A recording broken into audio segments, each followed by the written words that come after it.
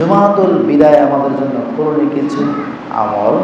Number 1, আত্মশুদ্ধির এক অনন্য সুযোগ হচ্ছে জুমাতুল বিদায়। আত্মশুদ্ধি হচ্ছে নিজেকে পরিশুদ্ধ করা, অতীতে যা পাপ টাপ করেছে এগুলি মোচন করে নেওয়া, মানুষের সাথে যা লেনদেন মুআমালাত করেছে এগুলি শুধরে নেওয়ার একটি মহৎ সুযোগ হচ্ছে জুমার দিন।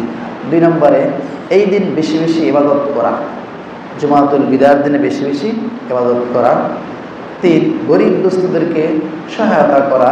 4, নিজেদেরকে আত্মশুদ্ধির জন্য দোয়া করা আল্লাহ সুবহানাহু ওয়া তাআলার কাছে। 5, ঈদুল ফিতরের জন্য প্রস্তুতি নেওয়া। 6 নম্বরে, পূর্বের গুনাহের জন্য ক্ষমা চাওয়া আল্লাহ সুবহানাহু ওয়া তাআলার কাছে। বলেছিলাম না, হতে পারে এই বিদায়টা জীবনের শেষ বিদায় হতে পারে না, আগামী বিদায়টাকে আমরা বাঁচবো কি বাঁচবো না। 8 নম্বরে, মানুষকে ক্ষমা করা, বৃদ্ধি করা, মানুষকে ক্ষমা করার প্রবণতা নিজের মধ্যে তৈরি করা, ক্ষমা করার মন মানসিকতা যেন আমাদের আসে।